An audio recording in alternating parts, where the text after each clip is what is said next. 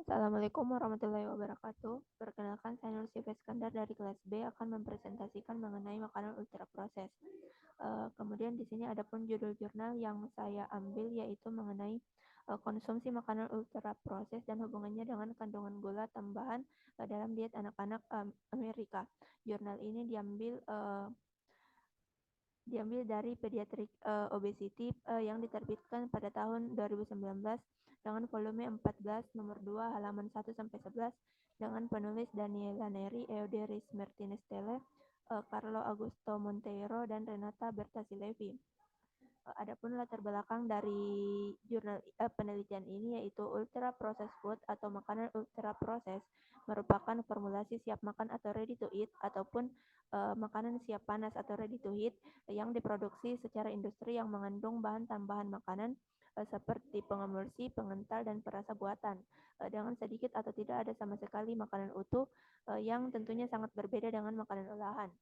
Makanan ultra proses sendiri merupakan produk padat energi kaya akan gula, lemak tidak sehat, garam, rendah serat, protein, vitamin, dan mineral. Di sini adapun batasan asupan gula menurut Dietary Guidelines for Americans tahun 2015 sampai 2020 batasannya kurang dari 10% dari total kalori harian dan menurut WHO di bawah dari total energi harian. Di bawah 10% dari total energi harian.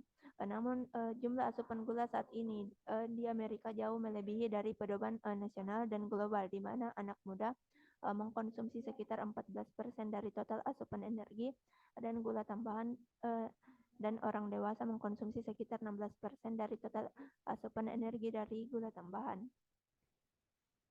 Adapun metode penelitiannya, semua subjek berjumlah 9.469 peserta dengan rentan usia sekitar dengan rentan usia 2 sampai 18 tahun yang diambil dari data National Health and Nutrition Examination Survey. Di mana semua peserta ini dibagi dalam 3 kelompok usia, yaitu pertama usia prasekolah antara 2 sampai 5 tahun, kemudian usia prasekolah antara 6 sampai 11 tahun dan usia remaja antara 12 sampai 18 tahun. Kemudian data asupan makanan dikumpulkan melalui dua food recall.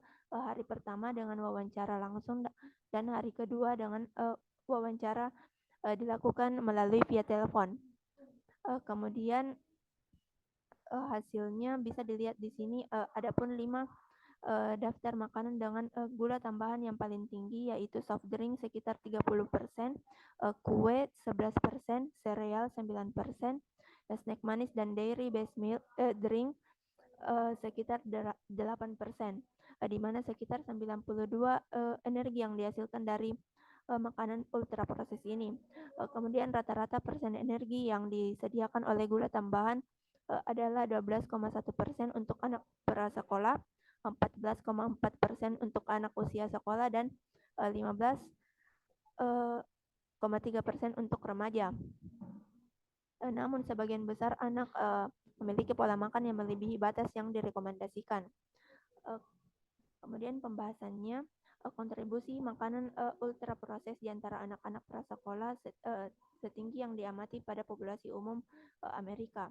Konsumsi meningkat tajam dari usia prasekolah hingga usia sekolah sebesar 66,2% dan tetap stabil di kalangan remaja.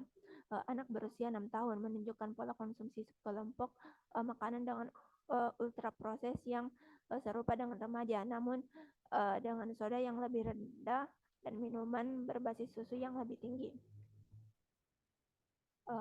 Bagaimana konsumsi makanan ultra proses ini bisa begitu tinggi di antara anak-anak muda dan berbagai macam makanan siap saji yang mencirikan lingkungan obesogenik sudah tersedia sejak tahun awal.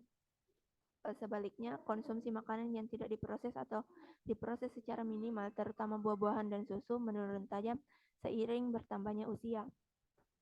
Tingginya konsumsi makanan ultra proses yang diamati dalam penelitian ini sangat memprihatinkan karena bukti yang menghubungkan peningkatan bagian makan dari makanan ultra proses dengan penurunan kualitas nutrisi dari makanan secara keseluruhan. Yang memprihatinkan adalah kenyataan bahwa selain membawa lebih dari 90% dari semua gula tambahan dalam makanan, makanan ultraproses secara keseluruhan biasanya dikemas dengan menarik, dipasarkan secara agresif dan menarik bagi anak-anak. Mereka mempromosikan kecanduan makanan dan mengkonsumsinya secara berlebihan. Hal itu membuat mereka menggantikan hidangan rumah yang sehat, meningkatkan kepadatan energi dengan mempromosikan produk defisiensi makronutrien yang tentunya semuanya dapat memiliki konsekuensi kesehatan yang merugikan bagi anak-anak. Adapun langkah-langkah kebijakan untuk meningkatkan literasi tentang makanan, yaitu pertama menginformasikan praktik pembelian makanan konsumen. Kemudian kedua menargetkan identifikasi makanan ultraproses, dan yang terakhir meningkatkan konsumsi makanan olahan minimal sambil meningkatkan keterampilan memasak. Adapun kesimpulannya yaitu pertama makanan ultraproses berkontribusi pada 2/3 asupan kalori dan 92% gula tambahan dalam diet anak-anak berusia 2-19 tahun. Kemudian mengkonsumsi makanan ultraproses akan meningkatkan kemungkinan melebihi batas asupan gula tambahan rekomendasi nasional dan global. Kemudian upaya kesehatan masyarakat untuk mengurangi asupan gula tambahan di Amerika harus lebih menekankan pada pengurangan konsumsi makanan ultraproses dan memelihara pola makan sehat seumur hidup. Sekian dari saya. Assalamualaikum warahmatullahi wabarakatuh.